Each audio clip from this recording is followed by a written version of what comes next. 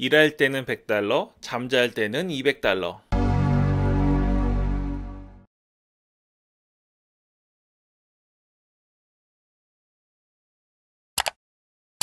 네, 안녕하세요. 이사양 잡스입니다. 네, 오늘 제가 아주 큰 오해가 있는 부분들은 영상으로 좀 답변을 드립니다. 이게 왜냐면 이 부분이 해결이 안 되면 다음 영상을 보시거나 또 제 영상들을 보시면서 이게 정말 돼? 이런 생각을 하게 될 만한 것들이 많이 있기 때문에 제가 그 부분은 빨리 하나 영상 제작해서 답변 드리고 또 다음 영상 보여드리도록 하겠습니다. DH님이요. 네, 이 두 가지 말이 상충이 된다고 생각하시는 것 같아요. 다음이 저품은 언제고 주니 저품 블로그는 버리고 오래돼서 내 블로그 지수가 상승하면 수익이 늘어난다. 이 두 개가 상충된다고 생각하시는 건데요. 한 가지 짚어드리겠습니다. 다음 있죠. 다음에서 블로그 저품질은 과장해가지고 99.5%는 옵니다. 그러면 저품질 오면 버리라고 제가 그랬잖아요. 근데 오래되면 지수가 상승한다 그랬죠. 버리라고 해놓고 오래 쓰라고 하는 이게 무슨 말이냐 이런 생각을 하신 거잖아요. 지금 제가 버리라고 한 거는 다음에서 최저가 블로그로 수익을 내기 위한 블로그라면 버리고 새로 만들어가지고 다시 다음을 위해서 노리라 이런 말씀을 드린 거고요. 시간이 지나서 오랫동안 안정적으로 키워서 블로그가 오래되면 수익을 꾸준히 드릴 수 있는 거는 다음이 아니라 구글이나 네이버 웹사이트 노출을 말씀드린 겁니다. 그래서 블로그는 생각하실 때 항상 내 블로그 위주로 생각하시면 안 돼요. 내 위주로 생각하시면 안 되고 검색 엔진 기준으로 생각하셔야 됩니다. 내가 지금 구글에 노출할 건지 다음에서 최저가로 노출해 먹을 건지 네이버 웹사이트 탭에서 노출할 건지를 기준으로 구분해서 생각할 줄 알아야지 내 블로그가 저품이냐 아니냐, 내 블로그가 지수가 높냐 안 높냐, 내 블로그가 오래됐냐 안 됐냐를 생각하신 게 아니라 이게 지금 어떤 검색 엔진에서 노출될 수 있는 블로그로 쓸 것인가를 생각하는 겁니다. 다음에서 노출되는 것들은 쓰다 버리고 쓰다 버리고 쓰다 버리고 하는 거예요. 무조건 되니까. 여기서 블로그 하나를 오래 키우는 건 불가능하겠죠. 이렇게 생각하면 틀린 말로 보이시는 거고, 구글도 물론 누락이 있지만 다음에서 하는 것처럼 쉽게 상단에 띄워주거나 쉽게 밀어내는 게 아닙니다. 여기서는 좋은 글을 쓰고 구글 SEO에 맞는 글을 쓰면 당연히 오래될수록 그러한 글들이 쌓이면서 올라가는 거겠죠. 그렇게 생각하시면 되겠습니다. 야옹님 pop밴이시고 구글만 노리고 글을 쓰고 있는 게 수익이 잘 나올까요? 네, 이거는 뭐 질문하시면서도 불안해서 질문하신 걸 거예요. 시간은 걸릴 수 있지만 구글은 결국 안정적인 수익을 가져다 줍니다. 아마 애드센스 승인 대란 때 많이 받아 놓으신 것 같아요. 블로그다 다음 알고리즘에 맞는 글이라고 하셨는데 최저가 블로그로 다음 상단에서 수익을 내셨던 것 같습니다. 구글 노출이 잘 안 되는 거는 당연히 구글 SEO에 맞춰서 안 쓰셨고 다음에서 요구하는 방식 몇 가지 간단한 알고리즘 있죠. 그것들로 노출했던 건데 이런 글이 있다 하더라도 그냥 이 블로그에 있는 글 지우실 필요 없어요. 지우는 거 별로 좋은 거 아닙니다. 그냥 바로 구글 SEO에 맞는 글, 체류 시간이 높은 글들을 쓰시길 권해드리겠습니다.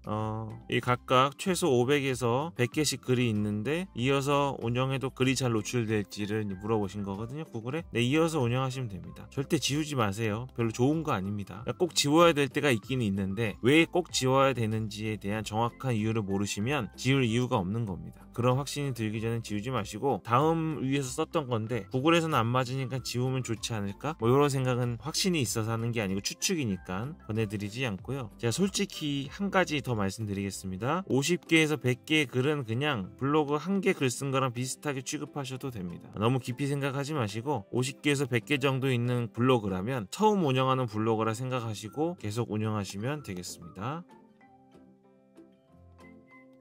이거 뭐 알아본가요? 일부에 국한된 수익률 너무 혹하지들 마세요 하셨죠? 카카오뷰 말씀하신 건데요. 카카오뷰가 뭐 때문에 유명해졌냐면 전자책 때문에 유명해졌잖아요. 그래서 초기에 수익을 많이 냈고 카카오에서 잡지 못한 허점을 잡아서 수익을 내고 인증을 하고 팔아먹었죠. 그리고 많이들 샀습니다. 그리고 지금 다 잘리고 있어요. 시간이 좀 지났는데 제대로 된 수익이 안 나고 있고 카카오 자체의 수익 구조가 발표가 됐는데요. 애드핏 수준인 것 같습니다. 정확하게 얘기를 안 해주는데 당당하면 얘기해주겠죠. 돈 많이 안 주면 우리는 안 합니다. 우리가 애드포스트도 있고 뭐 이것저것 많이 있는데 굳이 애드센스를 하는 이유가 돈 많이 주니까 하는 거잖아요. 우리가 지금 똑같은 수고를 드리고 또 오늘 글을 포스팅을 하나 쓴다고 해서 이게 실제로 노출이 돼서 수익이 될지도 모르는 일을 우리가 하고 있는 겁니다. 그런데 단가까지 낮은 글을 우리가 왜 하겠습니까? 않습니까? 그러니까 단가가 높은 애드센스만 지금 하는 겁니다. 좋은 말씀 감사합니다. 권성준 님이요. 이슈 키워드 사용 시 클릭당 단가가 잘 나오다가 갑자기 뚝 떨어지는 거는 이슈가 끝나서 광고주들이 광고를 줄여서 그런 건가요? 수익을 가져다 주는 메인 글에서 하루 100달러 나오던 게 조회수는 비슷하지만 30-40달러로 뚝 떨어졌습니다. RPM도 2배 이상 줄었습니다. 이와 같은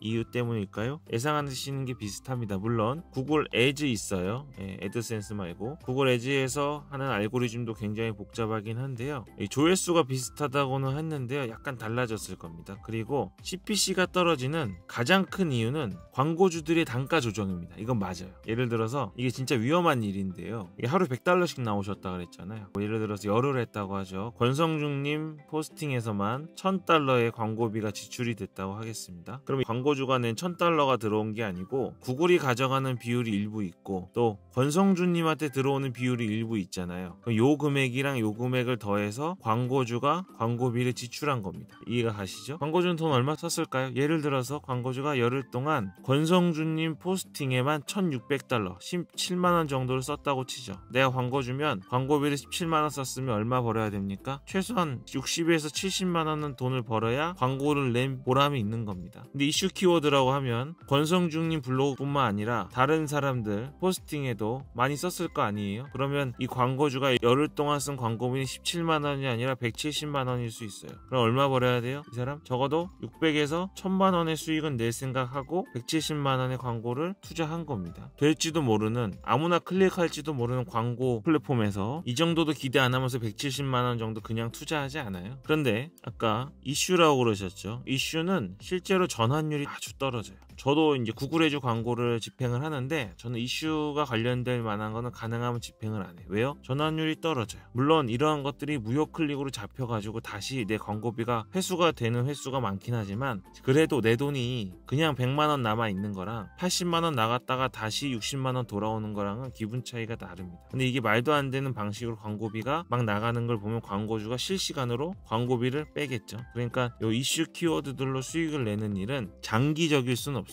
아까 100달러씩 매일 나왔다 그러셨잖아요. 그래서 일정 기간 100달러로 버셨으면 분명히 광고주가 광고비를 조금 뺐을 가능성이 있어요. 아주 예외는 있습니다. 구글 애즈에 광고를 낸 광고주가 타겟팅을 잘못한 거예요. 예를 들면 권성중 님이나 제가 한 포스팅이 전환율이 좀 떨어지는데 그런 포스팅에 광고가 붙을 수 있게 키워드 타겟팅을 했겠죠.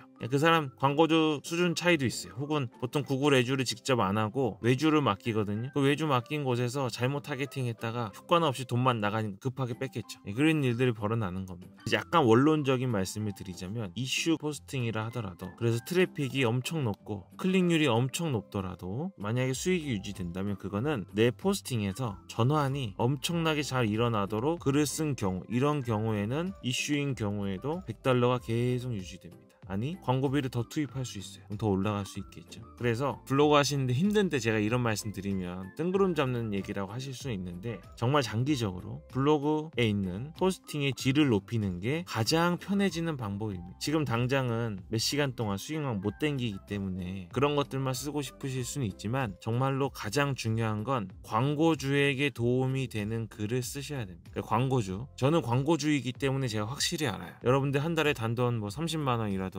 광고를 실제로 내보시면 내 광고비가 나갈 때 광고주의 심정을 정말 아실 수 있거든요. 뭐 제가 테스트 해보라는 건 아닌데 저는 구글 애즈 광고주로서 말씀드리는 겁니다. 정말 효과가 있으면 광고비를 더 넣고 싶어져요. 상대적인 건데 10만원 넣었던 사람이 50만원 넣고 싶어지고 효과가 있으니까 100만원 넣었던 사람이 200만원 넣고 싶어지고 그렇게 되는 겁니다. 그러니까 우리가 이제 그냥 우연에 기대서 하는 블로거는 아니니까 가능하면 전환율이 좋고 우리가 노리는 광고의 전환이 잘 일어날 수 있는 그런 글들, 이렇게 하면 너무 복잡할지 모르지만 그러니까 제대로 된 글을, 검색자에게 도움이 되는 글을 쓰시길 권해드리겠습니다. 네, 마지막으로 탁과장님인데요. 잡스님, 기존의 애드센스 승인받은 블로그에 도메인 설정하면 안 되는 걸까요? 여기 뭐냐면 해도 되는데 아깝잖아요. 티스토리 블로그가 승인을 받았습니다. 이게 주소가 a.tstory.com이라고 하죠. 여기 도메인을 씌우면 a.com으로 바뀌겠죠. 그러면 승인받은 블로그 주소는 요걸 블로그 주소를 받은 거예요. 요걸 씌우면 승인받지 않은 블로그가 되는 거예요. 이거 힘들게 받았는데 아깝잖아요. 그래서 요 기존에 승인 받은 블로거는 내버려 두고 하면 안 되는 건 아닌데 아까우니까 내버려 두고 다른 블로그 b.tstory.com을 2차 도메인을 씌워서 요거를 승인 받으시면 요것도 쓰고 요것도 쓰고 이렇게 하실 수 있겠죠. 이렇게 생각하시면 되겠습니다. 네, 오늘 여기까지 하겠습니다. 제가 최근 며칠간 사정이 있어서 목을 좀 많이 써가지고 오늘 목소리가 좀